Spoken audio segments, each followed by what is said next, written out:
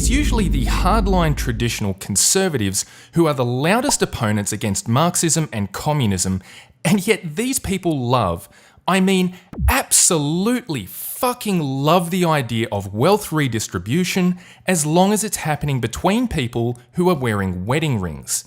Fundamentally, at its core precept, traditional marriage is effectively communism for two, where the wealth of the hardworking husband is systematically and institutionally redistributed to his lazy, freeloading wife. Consider that despite the so-called gender pay gap we keep hearing about from feminists, where women supposedly earn 77 cents on the dollar compared with men, we see those very same political feminist lobby organisations, seemingly unaware of the contradiction, bloviating about the fact that women are the most important customers in the modern marketplace because they control 85% of all consumer spending. Stop and think about that for a second. According to the feminists themselves, women only earn 77 cents to the male dollar, but somehow control 85% of all consumer spending. How can that possibly be? Running those numbers to compare the gender ratio of money earned versus money spent, it means that almost half of what women are spending is money that they did not earn themselves. Men are the ones doing all the hard work, and the wealth that they create is then being systematically redistributed to women who then get to spend that wealth. Oh, how patriarchally oppressive. That to me really is one of the greatest ironies about this so-called manosphere, with all of its traditionalist MRA types running around like Henny Penny, bemoaning the government and the family court system. There seems to be an ever-present tension in the air about the terrifying possibility that their supposedly loyal and loving quote-unquote partners could pull the trigger and unexpectedly divorce rape them at any moment.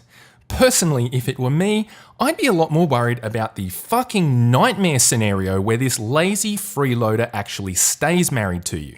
I mean, really, you're worried about divorce rape? Why? She's already taking more than half of your shit now, and you still don't get to see your kids because you're too busy working overtime to support another fully grown adult who's too lazy to get off her own fat ass and find a job.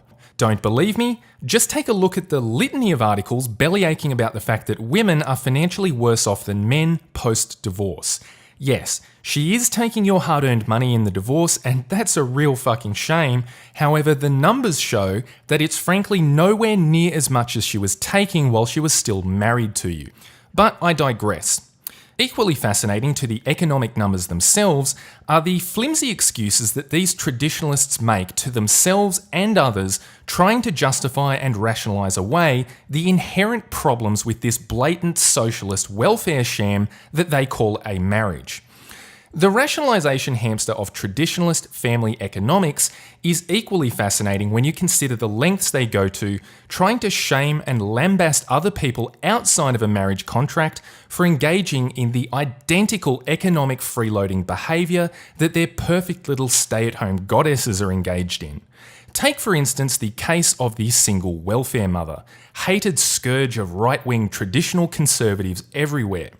Whenever I talk about this topic, I often see comments claiming that the problem isn't stay-at-home mothers, it's single mothers. And I have to ask, on what distinction can you possibly make that claim? No, really. As grown adults who can and will be measured by their own individual merits, or in this case lack thereof, exactly how do these two individuals actually differ? Because if we are talking in terms of quote-unquote career choice, then both of these women appear to have chosen the exact same pathway through life to ensure that there is a roof over their head and food on their table. Yes, this is so obvious that it shouldn't even need to be pointed out, but when you get down to the nuts and bolts of the issue, the business models of single motherhood and stay-at-home motherhood are functionally identical. Make babies, make money. Both of these women just spat a few kids out of their vaginas, and now these kids represent both of these women's proverbial free meal tickets. Let's not sugarcoat this. As individual adults who can be objectively judged on their own merits and achievements in life, Both of these women are useless, lazy, freeloading pieces of shit who have contributed equal amounts of sweet fuck all back to the economy, society, and human progress beyond the base biological process of simply creating a few more useless mouths to feed. The single welfare mother gets a bad rap, and justifiably so, but when you really stop and think about it, the stay-at-home wife is no better. Both of these women ultimately amount to nothing but lazy, freeloading welfare scum. The only significant difference between a single mother living in the ghetto and a traditional stay-at-home wife living in the suburbs is where her welfare check comes from. I mean, that really is the totality of both of these women's economic situations, career choices, and achievements in life. Traditionalist mother, welfare mother, same fucking shit. Make babies, make money. Now, some of the criticisms I get when I discuss this topic are straight up fucking baffling to me. Like, Coltrane doesn't understand that children require care. I have never once said, or even implied, that children don't require care or parenting. I guess we could argue about the minutiae of that parenting, the exact amount of care required, to what age and by who, especially considering modern advances like washing machines, disposable diapers and baby formula, social changes like the availability of public education, as well as the fact that Western families today typically only have 2 or 3 kids as opposed to the 7 or 8 they used to have. All things considered, based on the actual facts, parenting has frankly transformed into a pretty fucking light duty over the last 100 years. But that's really a topic for another video, and frankly a topic that I have already covered ad nauseum. The reason I bring this up here is that getting past the minutiae of parenting to the core topic of economic dependency, I personally find it rather distasteful in and of itself, the way these traditionalists resort to using their own children as ideological meat shields to justify and excuse away any and all shitty behaviour displayed by their adult wives. Using your children as an excuse to abdicate the economic responsibilities of another fully grown adult is frankly fucking disgusting to me. Yeah, for all of their moralising about sacred family bonds, whenever they get into an online argument, there they go waving their children around as nothing more than free meal tickets, which somehow justifies the buffet of unilateral mass economic parasitism that we see their adult wives engaging in. So let me set the record straight here. Despite some spectacular retards doing a fairly woeful job of trying to strawman my position, I am fully aware that children require a degree of care. However, it does not logically follow that because that child is a dependent and that child came out of a specific vagina, then the adult owner of that vagina should therefore be entitled to complete lifelong economic dependency herself. Oh, won't somebody please think of the children is not a valid argument to justify this kind of adult freeloading, and the traditionalists fucking know it. They know it because, as I have already pointed out, these same traditionalists are very quick to call bullshit on the exact same economic freeloading behaviour when they see single welfare mothers engaging in it. But if we are being honest, if we are being really honest, there is no fucking difference at all. If we take this rough economic diagram of the traditional nuclear family complete with breadwinner husband, and we keep all of the other variables exactly the same but replace the husband with the government, from the perspective of the woman and her brood, nothing has functionally changed. She is quite literally in the exact same economically dependent situation with the exact same ideological justification underpinning it. Yes, won't somebody please think of the poor childrens? The fact is that on a very fundamental level, this traditionalist excuse to justify the existence of stay-at-home mothers is the exact same reasoning behind left-wing political support for the government-funded women, infant, children programs that these very same traditionalists claim to fucking hate so much. The underlying ideology of both sides of the political spectrum is functionally identical. A lot of superficial disagreement and hyperbole plays out in the media, but the underlying position of both the political left and the political right is fundamentally the same. That is, because these women popped out a couple of kids, they are apparently now both entitled to an economic free ride for life. left-wing social welfare, right-wing traditionalism, it is functionally the same shit as far as the female recipient of this free money is concerned. Make babies, make money. Once you can get past the superficial moral indignation of both sides, that is ultimately the shared business model of motherhood that both sides ultimately strive towards. As you would expect, this blatant hypocritical doublethink represents something of a dilemma for the traditionalist moral framework. Frankly, I find it hilarious watching the desperate lengths that these people will go to trying to distinguish and distance the evil single mother from their own stay-at-home paragons of virtue.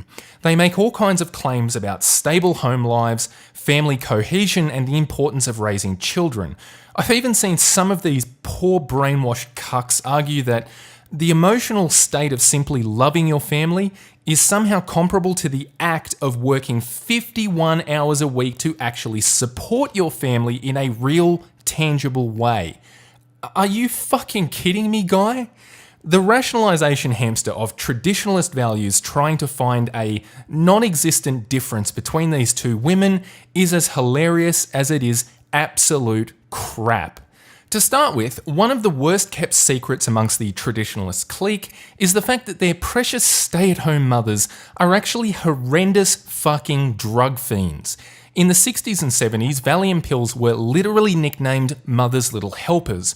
Through the 80s and 90s, stay-at-home mummy's drug of choice was Prozac, and today the popular pathway to getting shit-faced is dexamphetamines. Good, traditionalist women who spend their days high as fuck by stealing their children's Ritalin and Adderall prescriptions. And then there is the minor issue of fidelity. It is quite difficult to get a good, reliable statistic on the amount of cheating that actually goes on within society. Cheating is not something that people typically want to admit to, even in anonymous surveys. Nonetheless, some self-reporting surveys arrive at numbers as high as 1 in 5, which would make your odds of actually landing a faithful partner statistically worse than your odds playing Russian roulette. Now, if I had to make an educated guess, I'd say that the combination of boredom, loneliness, and, dare I say, contempt for an absent, bill-paying husband who's never home would lead to the rates of infidelity being much higher amongst the sorority of stay-at-home mothers. Knowing all of this, I can't help but chuckle when I see naive young traditionalists trying to sell the ideal that traditional marriage is the most efficient way to have children. Let me tell you, as a guy who's fucked a few bored housewives in his time, I really don't think that efficient procreation is necessarily a great life goal for the self-aware man to have.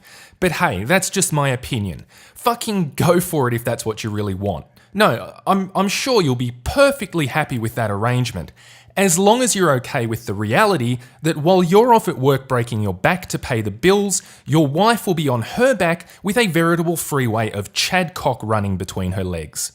The very idea that traditional stay-at-home mothers are virtuous angels of purity, somehow above the unscrupulous, whorish, drug addict behaviour of single welfare mothers, is a false assumption. The only significant difference between the jobless single mother crack whore living in the ghetto and the jobless stay-at-home Adderall-addicted cheater who lives in the suburbs is that one gets her welfare check from the government and the other gets her welfare check from the husband. The traditionalist position of anti-Marxism but pro-stay-at-home motherhood is straight-up contradictory doublethink. Make no mistake, at the end of the day, wealth redistribution and economic socialism to support jobless, drug-fucked losers is exactly what these traditionalists are engaged in. It is the same old welfare state, the individual married man is just doing it on a much smaller scale than the federal government. In fact, it's fucking amazing to me how many of these traditionalists just love to use the metaphor that modern Western women are effectively marrying the government without realizing the blatantly obvious corollary to that metaphor. If women can have their needs sufficiently met by quote-unquote marrying the government, then ipso facto, traditionally married men are ultimately little more than competing socialist welfare providers. As I said, the business models of single mothers and traditional mothers are fundamentally the same. Make babies, make money. You honestly think she gives a single shit about your sacred traditional vows? Wake up. To her, the marriage contract is nothing but business and the bottom line. Government welfare, marital welfare, it really doesn't matter. To the freeloading adult woman living in this situation, the only functional difference and ultimately her only concern is where her free money is coming from. And unsurprisingly, widespread social trends perfectly confirm this. As rental prices rise, women stay in bad relationships to survive. Oh, the poor darlings. There is no great feminist conspiracy to be found here. There's nothing more that needs to be interpreted into the subtext of this headline. It's all right there in plain English. A woman's level of commitment to the relationship is directly proportional to the free money that she is receiving. And if that welfare stream ever stops, she simply hits the eject button and finds a new social welfare provider. Unemployment can spell divorce for men, but not women. Well, gee, colour me fucking surprised. I'm sorry if any of you find these facts upsetting, but welcome to reality, gentlemen. To a woman, the marital contract is exactly that, a contract. Your traditional wedding vows are essentially just end-user terms of service. As a traditional husband, you are ultimately nothing more than a welfare service provider. And if that welfare stream ever stops, in the eyes of the woman, your contract is considered null and void. You will be replaced just as easily as her car insurance provider. At this point, I have heard every flavour of cockamamie rationalisation and flimsy excuse trying to justify the existence of the stay-at-home wife. When you finally get past all of those rationalisations and excuses, I think a big part of the problem simply comes down to sex, the desperation of thirsty men. I suspect that somewhere deep within the warped mind of the traditionalist man, the only real distinguishing feature between the single welfare mother he claims to hate so much and his own traditional stay-at-home wife that he vigorously defends is simply the fact that he occasionally gets to fuck one of them. From a wider objective perspective, there is really no tangible difference between these two women per se. They are both jobless, junky parasites who have scored an economic free ride by simply popping out a few kids. But to the individual traditionalist man in a marriage, pussy is evidently a powerful motivator that encourages otherwise sensible men to ignore red flags, make bad judgments, and hold some truly ridiculous double standards. Just like Romeo drinking poison after knowing Juliet for only 3 days, the story of modern traditionalism is really just the age-old fable of a confused man unable to distinguish between the allure of sex and an otherwise shit economic deal that he politically rails against whenever he recognises other people engaging in the exact same thing. In fact, some of these poor chumps have become so deluded by the traditionalist ideological mindset that according to them it is now quote-unquote entitled communist garbage to expect a grown adult will get off their ass, get a job and support themselves instead of leeching off the hard work of others. Yeah, let me repeat that. Getting a job and working to support yourself is literally considered entitled communist garbage in the eyes of these retards. That is how deluded and disconnected from reality the traditionalist man has become in our modern age. This is the bottom line on the modern traditionalist man. He will hate on single welfare mothers for enjoying the exact same economically carefree lifestyle that his own stay-at-home wife enjoys. It really is the exact same economic situation, but because his own fat aging wife will occasionally spread her cankled legs for him, he will happily invent all manner of rationalisations and moral exceptions to overlook her own blatant socialist freeloading. That is the total breadth and depth of the traditionalist man's moral framework. All you have to do is dangle a little bit of pussy in front of him and all of his high-minded rantings and ravings about leftist social Marxism goes straight out the window in favour of domestic wealth redistribution and matrimonial communism for two.